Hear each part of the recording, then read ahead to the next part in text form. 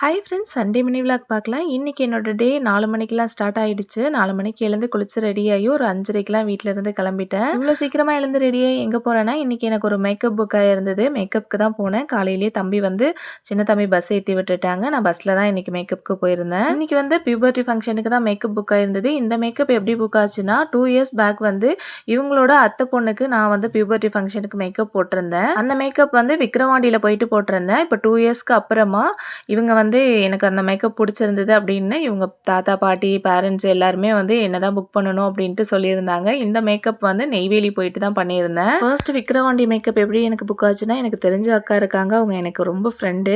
அவங்கள மூலியமாக தான் இது வந்து எனக்கு புக் ஆச்சு. அதுலேருந்து தான் இந்த மேக்கப் புக் ஆச்சு. மேக்கப் வந்து லாஸ்ட் டைம் பண்ணப்போ நல்லா இருந்துச்சு, அதே மாதிரி இப்போவும் பண்ணி விட்டுருங்க அப்படின்னு மட்டும்தான் சொல்லியிருந்தாங்க. மற்றபடி எப்படி வேணும் அதெல்லாம் எதுவுமே கேட்கல. உங்கள் விருப்பத்துக்கு பண்ணி விட்டுருங்க அப்படின்னு சொல்லியிருந்தாங்க. பாப்பாவுக்கு வந்து ரொம்ப சூப்பராகவே மேக்கப் முடிச்சாச்சு. மேக்கப் போடும்போது என்னால் வந்து வீடியோ ஷூட் பண்ண முடியல. நான் மட்டும்தான் மேக்கப்புக்கு போயிருந்தேன்னா, அதனால் என்னால் வந்து ஷூட் பண்ண முடியல. ரொம்ப ரூமும் க்ரௌடாக இருந்தாங்க. எல்லாருமே வந்து இருந்துட்டு இருந்தாங்களா, அதனால் என்னால் வீடியோவும் எடுக்க முடியல. ஃபஸ்ட்டு ஹாஃப் சாரியில் தான் ரெடி பண்ணி விட்டேன். அதுக்கப்புறமா போயிட்டு சாரீ வாங்கிட்டு வந்தாங்க. அதுக்கப்புறமா சாரீ சேஞ்ச் பண்ணி விட்டுட்டு நான் கிளம்பிட்டேன். சாரீ சேஞ்ச் பண்ணதுக்கப்புறமா ஃபோட்டோஸ் வீடியோஸ் எடுக்க முடியல. மேக்கப் முடிச்சுட்டு ஃபங்க்ஷனில் எல்லாருமே பிஸியாக இருப்பாங்கன்றதுனால அந்த அக்காட்ட சொல்லி ஈவினிங்காக ஜிபே பண்ணி விட சொல்லுங்கள், இப்போ அவங்க ஃபங்க்ஷன் பார்க்கட்டும்னு கிளம்பிட்டேன். ஹாலோட கேட்டுக்கிட்ட வந்துட்டேன். ஆனால் அந்த பொண்ணோட பாட்டி வந்து என்னை கூப்பிட்டுட்டு போயிட்டு அமௌண்ட்டு ஜிபே பண்ணிட்டாங்க. அப்போவே பண்ணி விட்டுட்டு ரிட்டன் கிஃப்ட் வந்து தாம்பூல பையும் இந்த பாக்ஸும் தான் கொடுத்துருந்தாங்க.